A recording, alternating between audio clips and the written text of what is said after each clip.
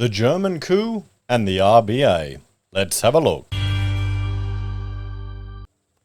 Hello everyone, Florian.Heise here, and welcome to another episode of HeiseSays.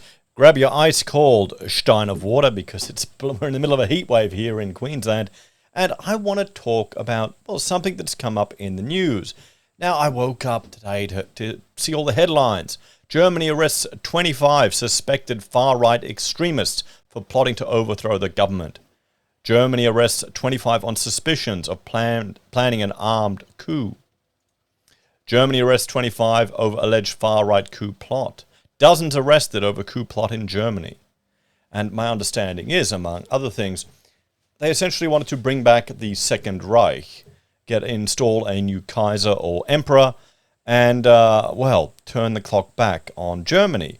And, well, obviously they were discovered and arrested. Now, I want to raise an interesting point, because I would make an argument that this is a sign of growing loss of trust in established public institutions in Germany. And I think the same thing is happening in a lot of countries around the world, and particularly a lot of Western countries around the world.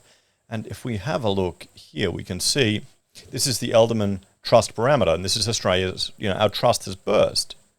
The 2022 Edelman Trust Parameter reveals sharp declines in trust across all Australian institutions, eroding the record high levels of public trust recorded in 2021. Only 52% of Australians say they trust the government to do the right thing, a 9-point decrease. 58% trust each business and NGOs. Media, which saw a notable surge in trust in 21, fell by 8 points to 43%, making it the only institution in Australia distrusted by a majority of the population.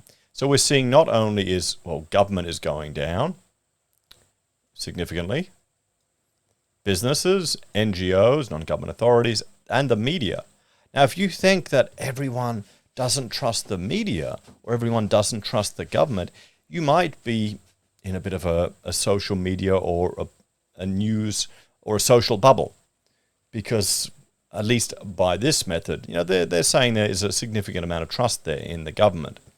Now, I'd like to put an argument out there. I'd like to posit a theory for you to get your feedback.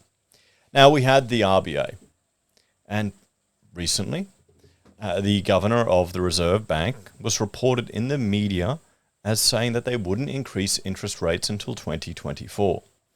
Now, many of us, myself included, weren't 100% sure on that, or at least didn't want to bet our mortgage on that risk. So, it's probably because if you're watching this channel like me, we read through the statements from the Reserve Bank. We're not just looking at the headlines.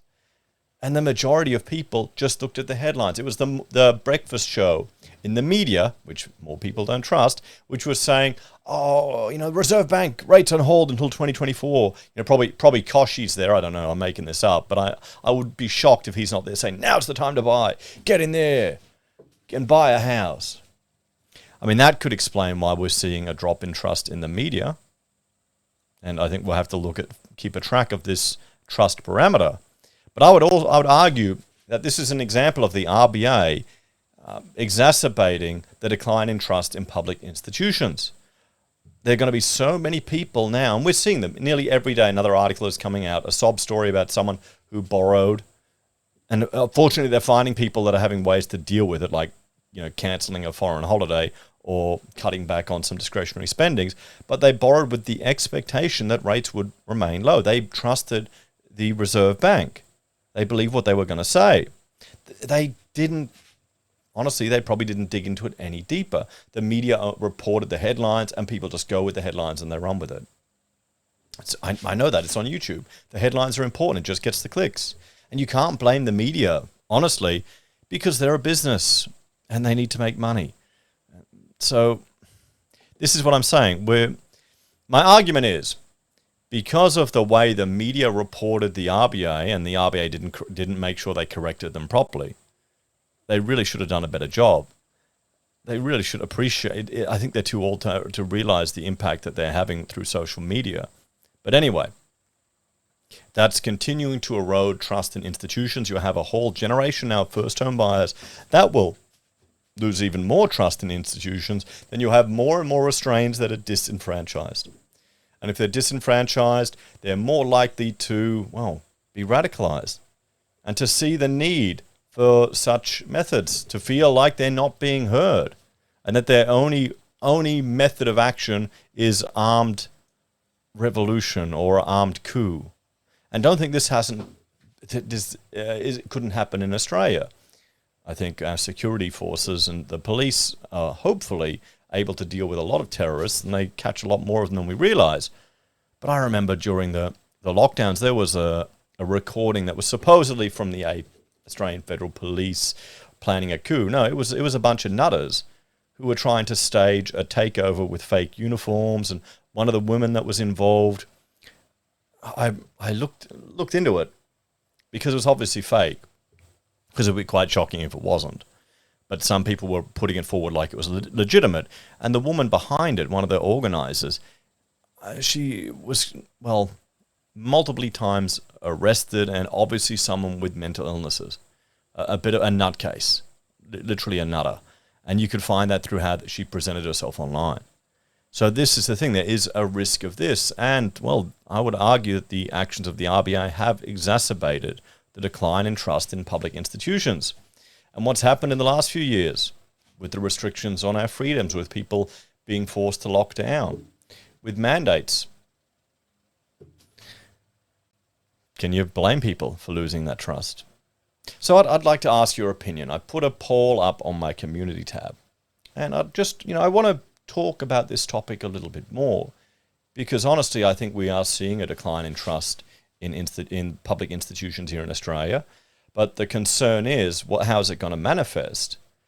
We're seeing a significant, at least in the Victorian election, a significant movement of people voting for socialist and extremely left-leaning parties. The Socialist Alliance did really well.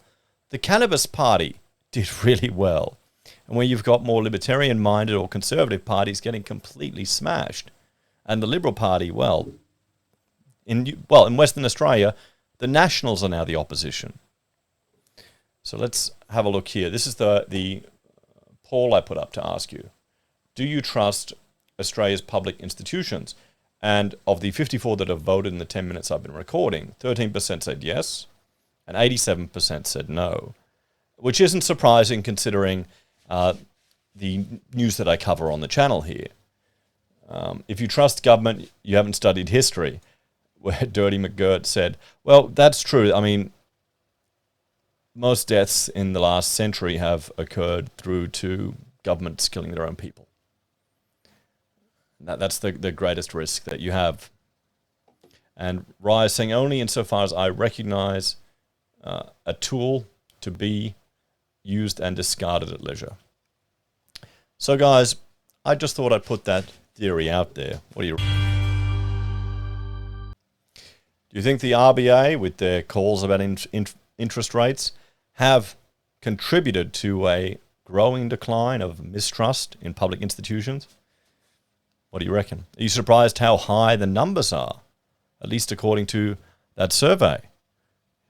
Here's the problem a lot of people are facing, and we saw that in the live coverage of the election in Victoria. A lot of us weren't surprised at all at the result, but some people were. They were freaking out. They couldn't believe it. Going, everyone hates Stan. Everyone hates Stan. It's the danger of social media, algorithmically driven bubbles. And, people don't talk about politics at work, so you've got no idea there.